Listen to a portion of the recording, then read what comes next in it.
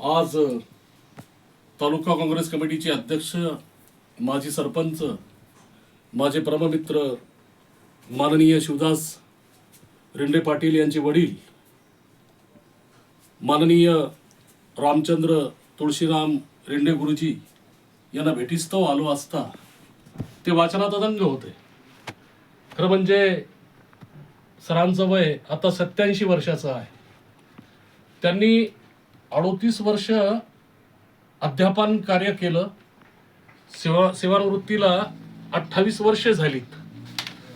परंतु त्यांचं जे वाचनाच्या जे सातत्य आहे वाचनाचं ते आजही कायम आहे.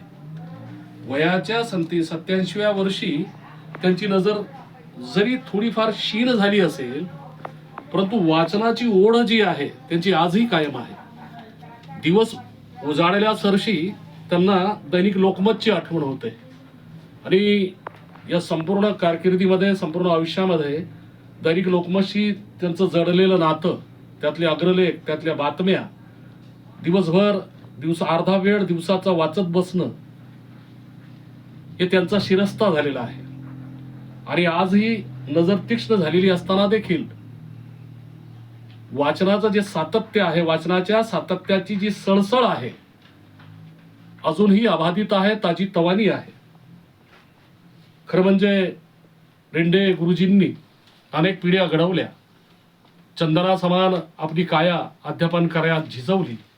रमेश इंगळे उतरातकरांचा एक अभंग मला या ठिकाणी आठवतो आणि त्या अभंगामधला जो मतितार्थ आहे, तो जो भावार्थ आहे, सरांची जी संपूर्ण शिक्षण यात्रा आहे, अध्यापन यात्रा आहे, त्याची अभिव्यक्ती या अभंगामध्ये रमेश इंगळे उतरातकरांच्या समावलेली आहे असं मला वाटतंय.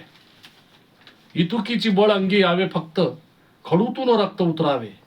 इतुकीची बळ अंगी यावे फक्त खडूतून रक्त उतरावे आणि देह व्हावा मुग्ध खडूतून दूध स्त्रावताना, खडूतून दूध स्त्रावताना. अशी वाचनाची आवड त्यांनी जपली. ज्यावेळेस डोळे तीव्र होते, नजर तीव्र होती, तोपर्यंत पुस्तकांच्या वाचनाच्या संदर्भामध्ये ते आग्रही असायचे. विद्यार्थ्यांनाही वाचनाचा उपदेश करायचे. परंतु आता पुस्तकांपासून फक्त लोकमतपर्यंत त्यांची वाचनाची यात्रा येऊन ठेपली आहे. दररोज दैनिक लोकमतच्या वाचनाच्या माध्यमातून जिल्ह्यात काय घडते याची उत्सुकता, याची ओढ त्यांना असते. समोर आल्यानंतर व्यक्ती ओळखता येत नाही. त्याच्या आवाजावरनं व्यक्तीला ओळखण्याची किमया त्यांनी विकसित केलेली आहे. मी ज्या दिवशी येतो भेटीस्तव, त्यावेळेस कोण आहे विचारतात.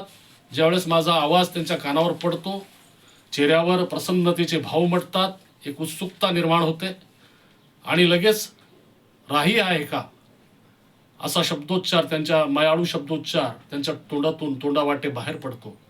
खरं म्हणजे ही वटवृक्षासारखी माणसं, वटवृक्ष आसमंतामध्ये झेपावत असताना त्याच्या पारंब्या खोडाला बळ देत असतात. त्याच पद्धतीनं शिक्षक मंडळी जी आहे आणि त्यातल्या त्यात रेंडे गुरुजींसारखी शिक्षण यात्रेला, अध्यापन यात्रेला आपलं जगणं समर्पित करणारी मंडळी, या मंडळीनं अनेक पिढ्या घडवल्या. एक पत्थर की भी तकदीर संवर सकती है, शर्त ये है कि सलीके से तराशा जाए. अशा पद्धतीनं ओबड दोबड दगडातून नयन मनोहारी मूर्ती आकारण्याचं काम रेंडे गुरुजींसारख्या मंडळीनं केलं. ज्याच्यामुळं अनेकांचे उज्ज्वल समृद्ध भवितव्य घडले. रेंडे गुरुजी यांना उदंड आयुष्य आणि अमोघ आरोग्य लाभो अशी पवित्र रमजानच्या या मंगल पर्वावर अल्लाहच्या दरबारात प्रार्थना करतो.